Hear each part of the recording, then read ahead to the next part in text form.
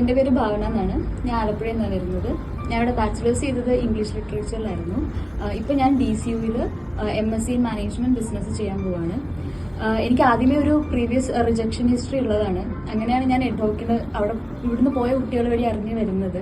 അപ്പോൾ ഞാൻ വോക്കിൻ ചെയ്ത് തന്നപ്പോൾ ഞാൻ ആദ്യം കണ്ടത് നെഹയാണ്. നെഹ തന്നെയായിരുന്നു എൻ്റെ കൗൺസിലറും.